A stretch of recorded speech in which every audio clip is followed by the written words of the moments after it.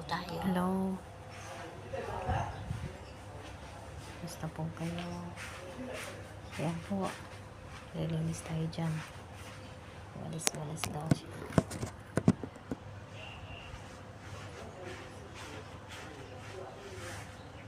Walis po tayo habang tulog pa yung mga amo. Habang hindi mainit. Habang hindi pa mainit. Walis-walis. Kaya kailangan, kasi pag mainit na, grabe ang pawis. Sana yung mga nalalaglag na yun, pera na lang yan. Araw-araw ko wawalisin. Diba guys, ang ganda. Kung mga pera yung mga nalalaglag, kaso hindi, dahon lang eh. Kailan kaya uulan ng pera? Kailan kaya babagsak yan ng pera? Ay nako. Pero sige lang, ganyan talaga ang buhay ng pobre. Darating din ang araw, magkakaroon din tayo ng katamtaman lamang. Dasal lang, tiwala lang. Ganyan talaga ang buhay ng isang OFW. Kaya wag niyo sasabihin ng mga nandiyan sa Pilipinas na kaming mga OFW na nandito sa abroad is magandang buhay. Yun ang akala nyo. Kayo pupunta rito, magwalis dyan sa ganyan, sa lalim ng init ng araw, araw-araw tuwing umaga kayo magwalis, di aangal kayo, mangangarap kayo, dyan nabubuo ang pangarap nyo, dyan kayo nakakapag-isip palagi na sana pera na lang, or sa Pilipinas to, hindi ka nagwawalis ng ganito araw-araw ng ganyan. Kaso iba eh, kailangan kumayod.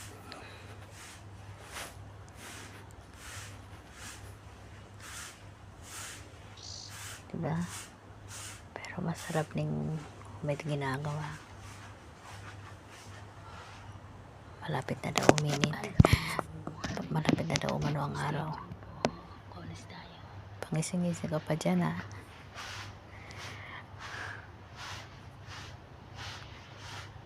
Ay nako. Ang sipag mo day. Kailan ka magpapahinga? Magpapahinga po sa trabaho ah. Hindi po sa ano. Huwag muna. Dahil kailangan pa tayo ng mga anak ko. Pahinga sa trabaho. Huwag naman kayo mag-isip ng masama. Darating din ang time. Pero sa ngayon, work muna. Work muna. Para sa pamilya. Yan. Nag-ano tayo para sa pamilya. Yan. Kailangan eh. Lalo na patas ng patas ang mga bilihin sa Pilipinas. Kailangan mag-work. Work, guys. Yan pala. Kanyang kaluwagang akong winawalis tuwing umaga. Pero nung nasa bakasyon sila, minsan ako lang walisin yan. Kasi wala namang amo eh. Yan, di ba? Pero ngayon may amo. Siyempre, walisin. Hindi masyadong malinis. Kasi baka pati yung fake dress na yan, madala sa kawawalis. Sa araw-araw naman, numinipis-nipis na yung ano na yan, fake dress na yan, guys.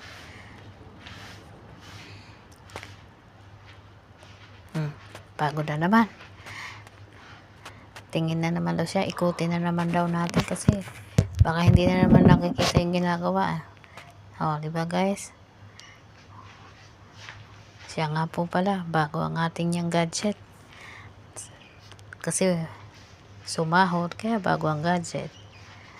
Imumurahin lang po yan yung Redmi 12. Pero okay na po yan, at least merong magagamit sa pagre-reels. Kaya po guys, paki-like naman po ang aking page, Jen Vlog. Nag-promote pa tayo ah. Siyempre naman, kailangan natin mag-promote kasi bagong page natin. Kaya po ano naman po para makilala ang ating page. Yan po, binawalis-walis na. Pagkatapos niyan, dadakutin. Yung kabila pa ho niyan, binawalis ko pa yan. Kaso nga lang, maraming pupo ng pusa. Maamoy, kaya didilgan ko ho yan pagkatapos kung magwalis.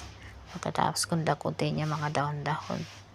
Sinama ko na rin po yung pupo niya ng ng mga pusa. Ewan ko ba naman, daming pusa dito sa Qatar. Ganyan po yan. Kaya minsan nabubuhisit ako sa aso ko kasi laging tumataho, laging may kasi nakaano dyan ng mga pusa. Ayun, dadakutin na.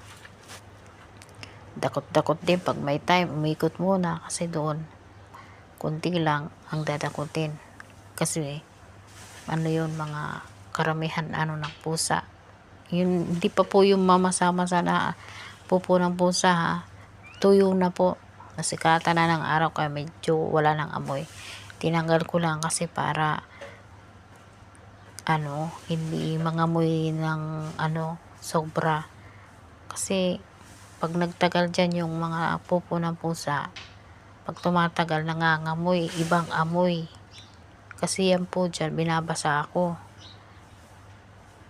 Kaya technique pala, maganda palang technique dyan sa mga pupo para hindi na magpupupo yung mga pusa. Babasain yung lupa. Ganun. Kaya yan, araw-araw ko yung binabasa dyan sa kabila. Doon naman sa kabila, hindi ko mabasa kasi nga madadama yung tawag nito, yung halaman. Hindi pwede mabasa yun araw-araw kasi nga yun sa tubig. Yan, tatapos na rin tayo. Tatapos niya, magdidilim na.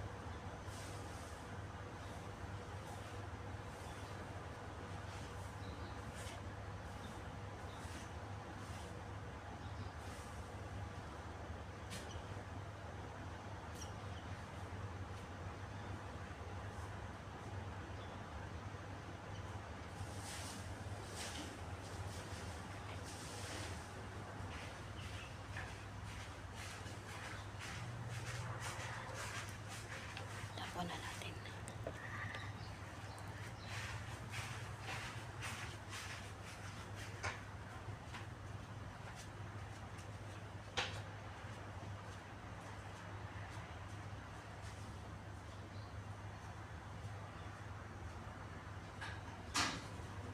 Ayan.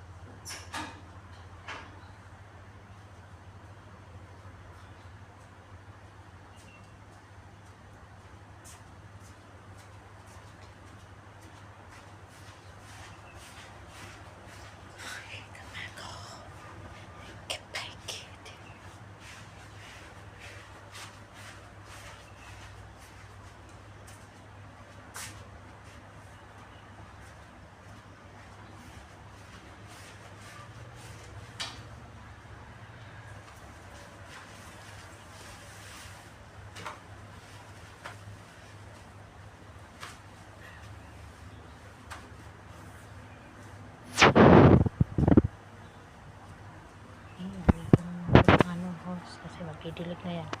Ayan. Didilig na si Inday. Kaya, mahirap din yung, ipalupat. Hihikap na tayo.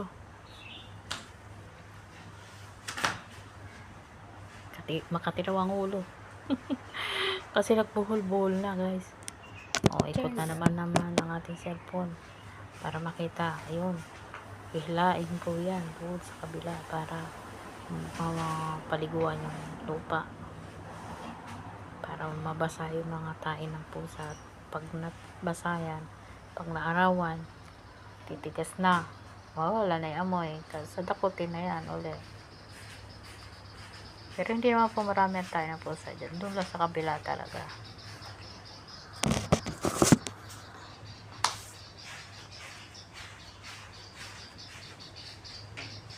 Sana ganyan lagi ang sikat ng araw. Araw-araw para hindi masyadong mainit. Alas 7 na po yan Pero po yung simoy na hangin, hindi na kagaya ng dati na mainit. Talagang grabe. Ngayon, nasa katamtaman. Nasa katamtaman ang init. Nasa katamtaman na ang init. Hindi sobra-sobra.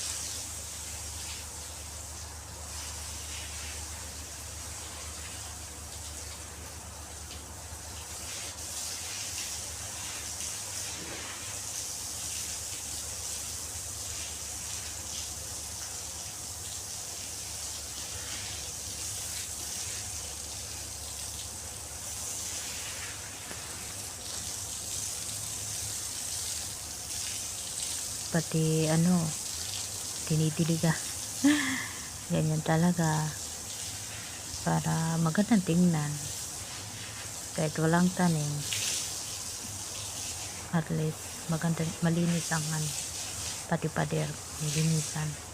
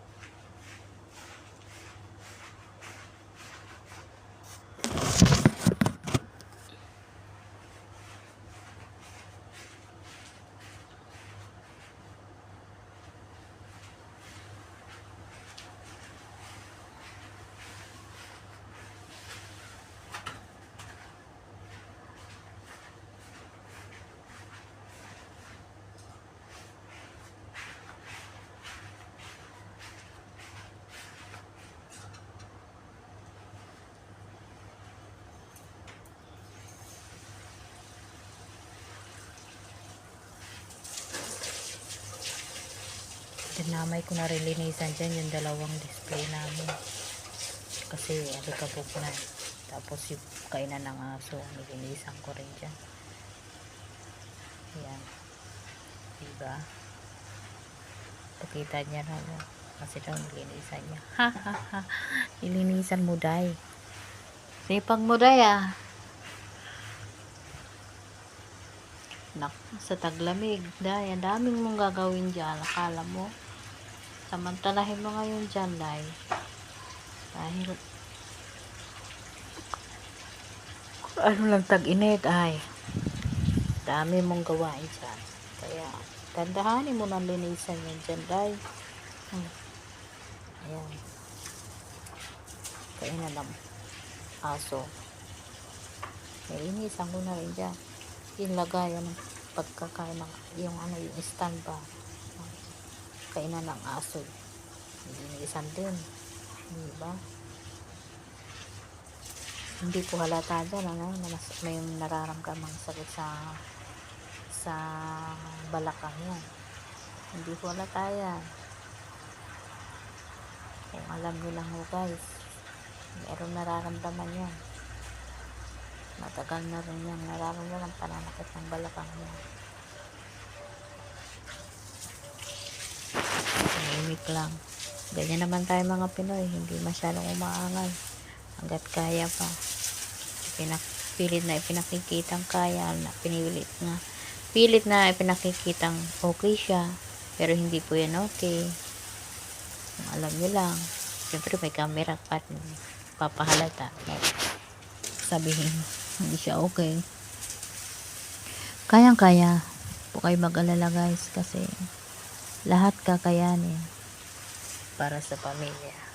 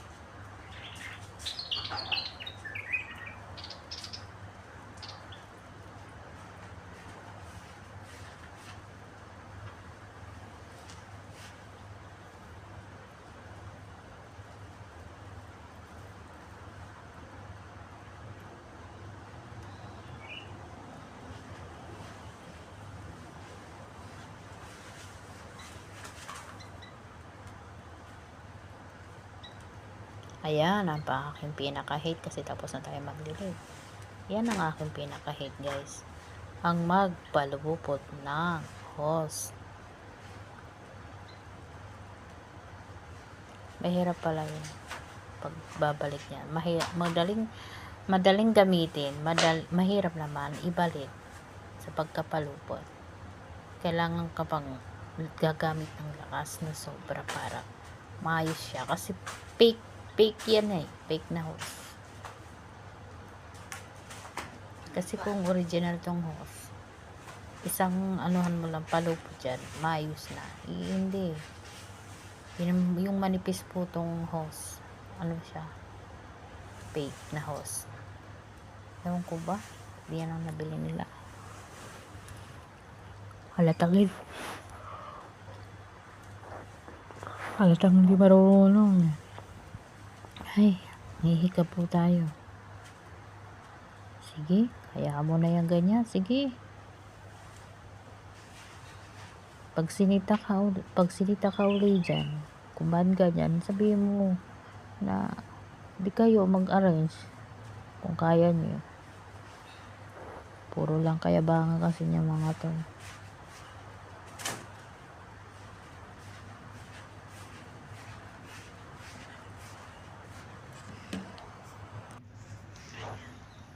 Guys, ayan picture ang katapusan ng ating nilinis. Yan ang ating backyard.